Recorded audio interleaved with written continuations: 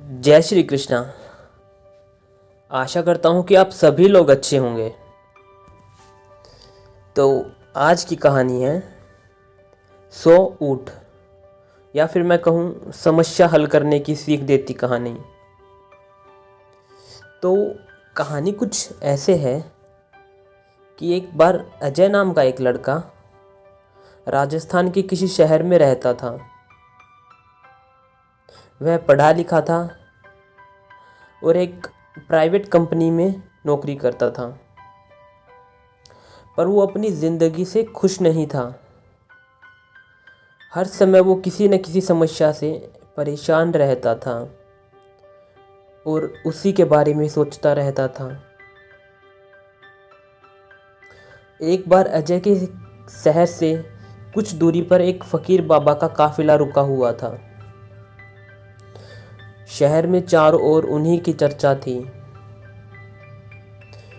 बहुत से लोग अपनी समस्या लेकर उनके पास पहुंचने लगे। अजय को भी इस बारे में पता चला और उसने भी फ़कीर बाबा के दर्शन करने का निश्चय किया। छुट्टी के दिन सुबह सुबह ही अजय उनके काफ़िले तक पहुंचा।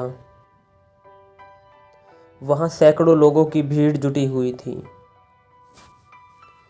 बहुत इंतज़ार करने के बाद अजय का नंबर आया। वह बाबा से बोला, बाबा, मैं अपने जीवन से दुखी हूँ। हर समय समस्याएं मुझे घेरी रहती हैं। कभी काम की परेशानी रहती है तो कभी घर पर अनबन हो जाती है और कभी अपने सेहत को लेकर परेशान रहता हूँ। बाबा, कोई ऐसा उपाय बताइए कि मेरे जीवन से सभी समस्याएं ख़त्म हो जाएं और मैं चैन से जी सकूं। बाबा मुस्कुराए और बोले, पुत्र, आज बहुत देर हो गई है। मैं तुम्हारे प्रश्न का उत्तर कल सुबह दूंगा, लेकिन क्या तुम मेरा एक छोटा सा काम करोगे? अजय उत्साह के साथ बोला, हाँ बाबा, ज़रूर करूँगा। बाबा ने कहा, देखो बेटा, हमारे काफ़िले में 100 ऊँट हैं और उनकी देखभाल करने वाला आज बीमार पड़ गया है।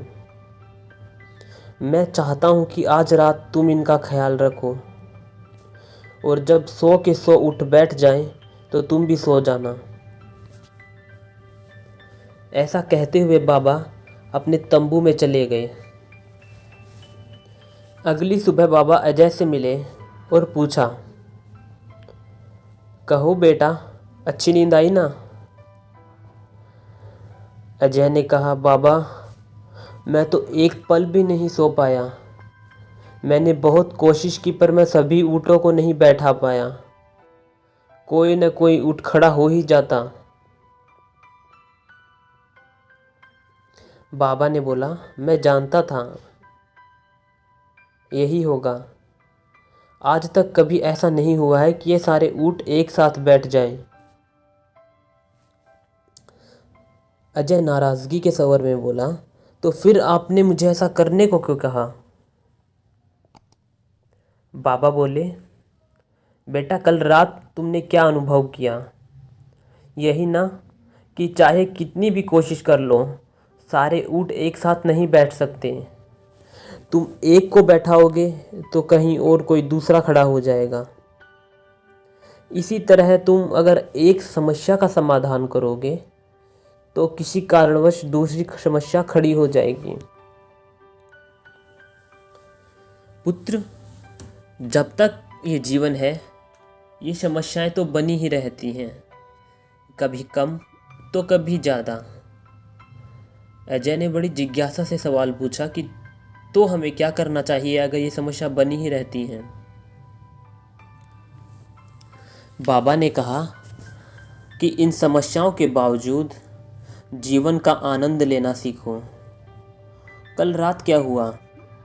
कई ऊँट रात होते होते खुद ही बैठ गए, कई तुमने अपने प्रयास से बैठा दिए, पर बहुत से ऊँट तुम्हारे प्रयास के बाद भी नहीं बैठे, और जब बाद में तुमने देखा तो पाया कि तुम्हारे जाने के बाद उनमें से कुछ खुद ही बैठ गए। बाबा ने कहा, कुछ समझे? हमारी समस्याएं भी ऐसी ही होती हैं। कुछ तो अपने आप ही ख़त्म हो जाती हैं, कुछ को तुम अपने प्रयास से हल कर लेते हो, और कुछ तुम्हारी बहुत कोशिश करने पर भी हल नहीं होती। ऐसी समस्याओं को समय पर छोड़ दो, उचित समय पे वे खुद ही ख़त्म हो जाती हैं। और जैसा कि मैंने पहले कहा है, जीवन है तो कुछ समस्या रहेंगी ही रहेंगी, पर इसका ये मतलब नहीं कि तुम दिन रात उन्हीं के बारे में सोचते रहो। अगर ऐसा होता ना तो ऊँटों की देखभाल करने वाला कभी सो ही नहीं पाता, क्योंकि सारे ऊँट तो कभी एक साथ बैठते नहीं हैं। बाबा ने कहा कि समस्याओं को एक तरफ रखो और जीवन का आनंद लो, चैन की नींद सो। जब उनका समय आएगा वो समस्याएं अपने आप खुद ही हल हो जाएंगी। बाबा ने कहा, पुत्र, ईश्वर के दिए हुए आशीर्वाद के लिए उसे धन्यवाद करना सीखो। पीड़ाएं खुद ही कम हो जाएंगी। ये कहते हुए फ़कीर बाबा ने अपनी बात पूरी की, और अजय को भी पूरी बात समझ में आ चुकी थी। आशा करता हूँ कि आपको ये कहानी पसंद आई होगी। राधे राधे।